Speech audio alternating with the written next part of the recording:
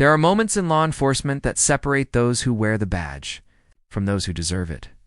Moments that test not just training, but soul. For Officer Sarah Quinn, that test began long before she joined the force. She wasn't born into power or privilege or legacy. She was born into noise, sirens, single-parent nights, and a city that taught her that truth doesn't whisper. It bleeds its way into light. Sarah had seen both sides of justice. Her father was a factory worker who believed in rules. Her mother, a nurse who believed in mercy. Sarah believed in both, that compassion without discipline is weakness, and discipline without compassion is tyranny. When she entered the police academy, she didn't come to make friends. She came to find meaning. And while her classmates joked and boasted, Sarah listened, observed, waited, because she knew someday her silence would speak louder than their noise. Her training officer noticed it. Her colleagues noticed it. And so did one man who would come to regret ever underestimating her, Captain Raymond Holt. Holt was a veteran. 2 decades in the department. Commendations lined his wall, but so did secrets. He was respected by the city, feared by his subordinates, and quietly despised by those who'd seen how he ran things. He called it command presence. Others called it corruption wrapped in authority. He'd been there long enough to know how to make paperwork disappear, how to reassign officers who asked too many questions, and how to make every failure someone else's fault. When Sarah was assigned to his precinct, the older detectives gave her that look, the look that says, "Keep your head down. Don't cross him." But Sarah wasn't wired that way. Within months, she began noticing patterns, seized narcotics logged, but never tested, witness statements missing from files, and informants who seemed to be paid a little too well. Each red flag was small on its own, but together, they painted a picture of something deeply wrong. It wasn't until one night that it became undeniable. A simple case file landed on her desk, a drug bust from the previous week.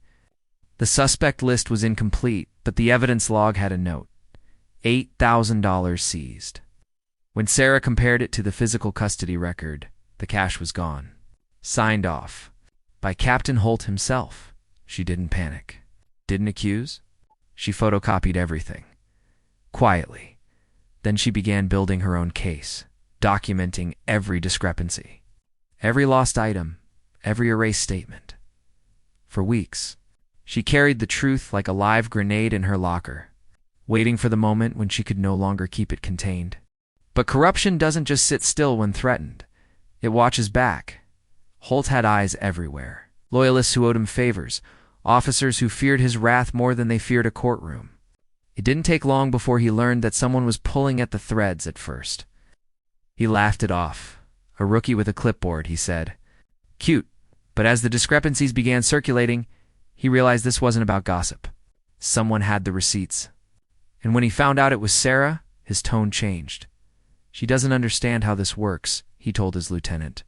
Maybe it's time she learned? That lesson would come on a night when the city's sirens went quiet, and the line between justice and survival blurred into one terrifying instant. It was close to midnight when Sarah left the precinct that night. The sky hung heavy with rain, a storm that seemed to echo the tension inside her chest she had just received. A call from a confidential source, an anonymous informant claiming to have proof of Holt's off-the-books payoffs. The drop point. An alleyway behind the 9th Street garage, 10 minutes away. Sarah didn't call for backup. She didn't know who she could trust anymore when she arrived. The alley was empty except for the flickering glow of a streetlight reflecting off wet asphalt. Then, from the shadows, movement. 2 figures, plain clothes, hard eyes. No badges visible. Officer Quinn, one of them said, stepping forward, his voice too casual. Captain sends his regards. Sarah's instincts flared. She shifted her stance. You don't work for Holt, she said evenly. The second man smiled coldly. We work with him. Then came the sound, metallic, unmistakable, a pistol drawn. Safety off. Sarah's pulse slowed, not quickened. Captain says you've been poking around, the gunman continued. You should stop before someone gets hurt. Rain slid down the barrel as he raised it to her forehead. Sarah didn't move, didn't plead, didn't blink.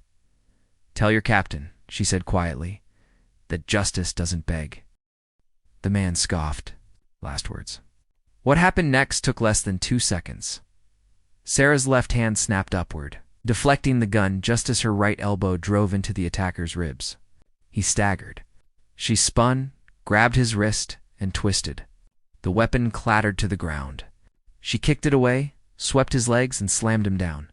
The second man lunged. She was ready. A baton strike to the knee, a disarm, a chokehold.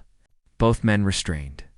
Handcuffed with their own cuffs, Sarah stood over them soaked, trembling but unbroken. The rain washed away the fear, leaving only resolve. Then she looked at the gun on the ground and she whispered almost to herself, "You never threaten a cop who's already chosen truth." She picked up the evidence file that had fallen beside them and walked toward the precinct, every step a promise. The precinct was still awake when Sarah returned, drenched, bruised, and silent. The entire squad room froze as she stepped in. Rainwater pooling beneath her boots. Captain Holt was there. Standing in the center of the room, his tie loosened, his expression sharp with authority. He smirked when he saw her. "You look like hell, Quinn." Sarah didn't answer. She just placed a soaked manila folder on his desk. Holt frowned. "What's this?" "The truth," she said simply. He opened it, and his face went pale. Inside were copies of falsified reports, evidence receipts, and payment records connecting him to shell accounts. Each document meticulously time-stamped, each cross-referenced with precinct archives. He looked up, anger flashing in his eyes.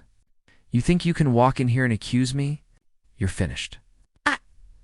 Sarah met his gaze, unflinching. "No, Captain. You are."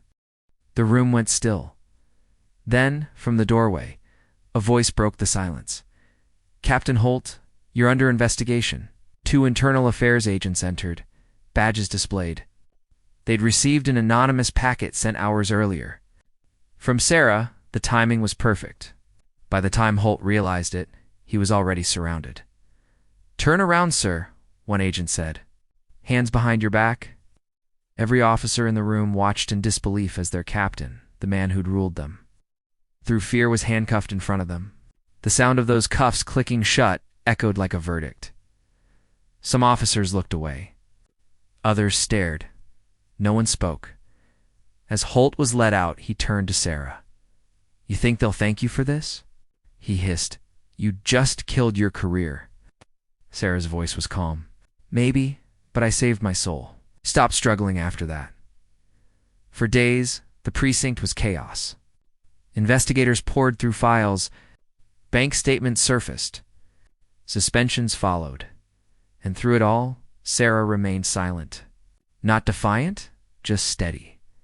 She didn't seek interviews, didn't defend herself publicly. The department tried to downplay the scandal, but the city knew. Every news outlet covered it. Rookie cop exposes corruption within own precinct. Reporters called her the whistleblower. But inside the department, she became something else, a mirror. Because every officer who'd looked away, every sergeant who'd ignored their doubts, now saw what courage actually looked like. It wasn't loud. It wasn't perfect. It was simply honest. A few weeks later, the police commissioner herself visited the precinct. She spoke briefly to Sarah in her office. "You had every reason to stay quiet," she said. "But you didn't." "Why?" Sarah's reply was soft but firm. "Bescue. If we let corruption stand, we stop being cops. We just become guards for whoever's paying." The commissioner nodded slowly. "You'll have enemies." "I already do," Sarah said. "But I'd rather be hated for honesty than promoted for silence." Her words spread faster than the story itself. Soon, posters appeared in the academy halls. "Integrity is doing what's right when no one's watching," and beneath the quote, her name. But the moral wasn't about glory. It was about choice. Because in that single moment, standing in an alley with a gun to her head, Sarah had made hers. She chose to live by the badge, not hide behind it. She chose truth, even when it threatened everything she'd built, and that choice became her shield. there's a reason. The story of Sarah Quinn travels through police circles like gospel.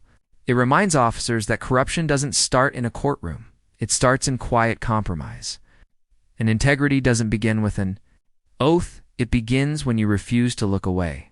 That's what separates authority from justice. One commands obedience. The other earns it. Sarah Quinn didn't just expose a corrupt captain.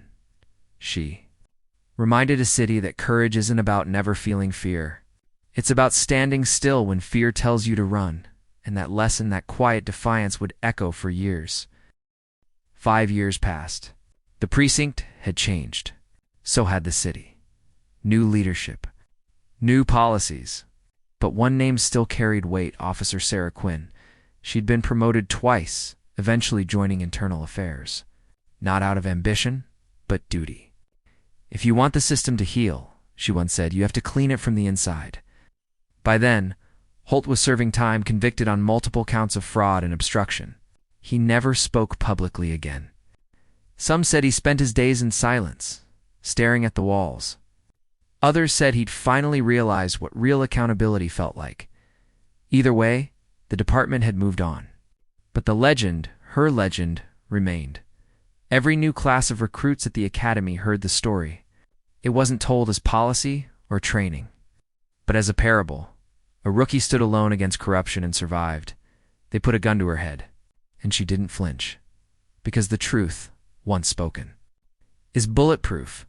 Cadets repeated those words in locker rooms, in hallways, before difficult shifts, and on one graduation day, Sarah was invited back to speak, not as a celebrity, but as a teacher. She stood on stage, her uniform crisp, her eyes steady. Before her, 200 recruits sat in silence. Many of you joined this job because you wanted to make a difference, she began. Some of you joined because you wanted power. But let me tell you, power without integrity is just intimidation. And intimidation doesn't last. Integrity does. She paused, letting her words sink in. One day, the system will test you. It will ask if you're willing to look the other way to bend a rule, to protect one of your own. And you'll tell yourself it's harmless, that it's just politics. That's how it starts. But remember this: every lie you protect becomes a truth you destroy. Silence filled the room. Then she smiled, just faintly. The badge doesn't make you brave. The choices you make while wearing it do. As she stepped off the stage, one cadet, a young man no older than she had been on that fateful night, asked softly, "Officer Quinn, how did you stay calm when the gun was pointed at you?" She turned to him and said, "Because fear didn't scare me as much as regret would have." That line became immortal. It was etched on a plaque at the academy's entrance. Fear didn't scare me as much as regret would have. Officer Sarah Quinn. This was the story of Officer Sarah Quinn, the woman who stared down corruption and refused to blink. She proved that justice isn't about power or position. It's about the courage to stand when everyone else looks away. Her story reminds us that even in the darkest corners of the law, integrity can still shine, one act of bravery at a time. And to those who wear the badge today, remember, the gun may take your life, but corruption takes your soul. Because in the states of justice, truth always fights back. Don't forget to like, comment, and subscribe for more powerful stories from states of justice, where every badge has a story.